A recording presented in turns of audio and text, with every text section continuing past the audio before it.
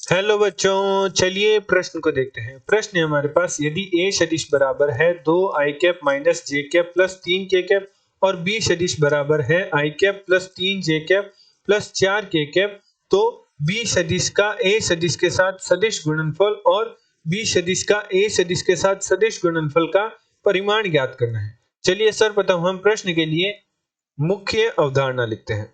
मुख्य अवधारणा, तो सर्वप्रथम हम मुख्य अवधारणा में देखेंगे किन्हीं दो सदिशों का सदिश गुणन। किन्हीं दो सदिशों का सदिश गुणन, जिसका दूसरा नाम होता है वज्र गुणन।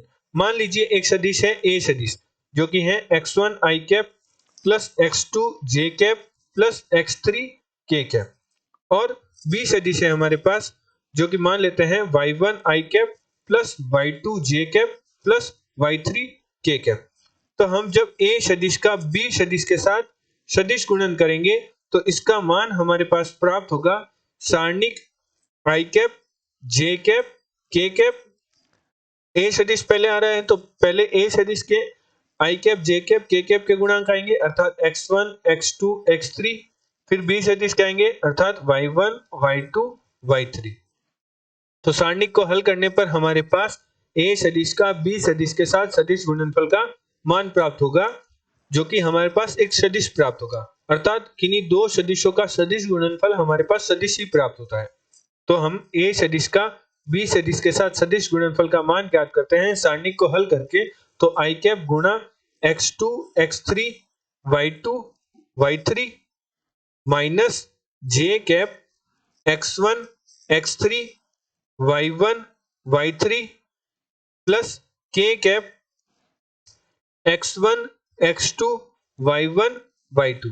तो इनकी गुणा कुछ इस प्रकार होगी कि x2 की गुणा y3 से माइनस y2 की गुणा x3 से, x1 की गुणा y3 से माइनस y1 की गुणा x3 से, x1 की गुणा y2 से माइनस y1 की गुणा x2 से। तो हल करने पर हमारे पास a सदिश का b सदिश के साथ सदिश गुणनफल का मान प्राप्त होगा x2 y3 minus y2 x3 i cap minus x1 y3 minus y1 x3 j cap plus x1 y2 minus y1 x2 k cap. तो इस प्रकार हम किन्हीं दो सदिशों का सदिश गुणनफल ज्ञात कर सकते हैं सारणिक को हल करके। अतः प्रश्नानुसार प्रश्न में हमें a सदिश बराबर दे रखा है, जो कि हमारे पास है 2 i cap minus j cap plus 3 k cap, और b सदिश हमें प्रश्न में दे रखा है जिसका मान बराबर है i cap plus 3 j cap plus 4 k cap. और प्रश्न में हमें सर्वप्रथम b सदिश का a सदिश के साथ सदिश गुणनफल का मान ज्ञात करने को कहा है।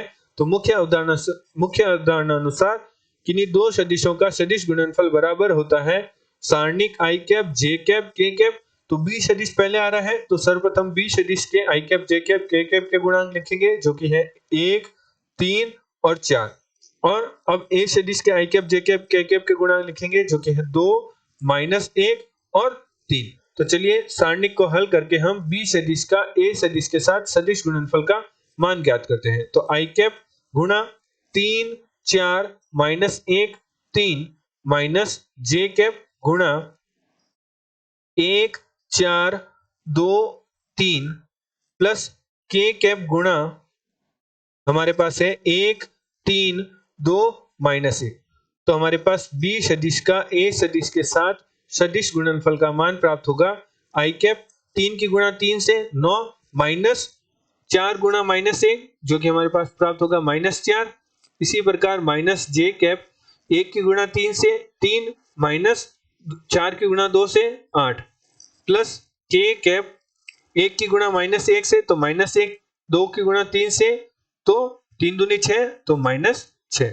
तो हमारे पास b सदिश का a सदिश के साथ सदिश गुणनफल का मान प्राप्त हुआ 13 i cap plus 5 j cap minus 7 k cap.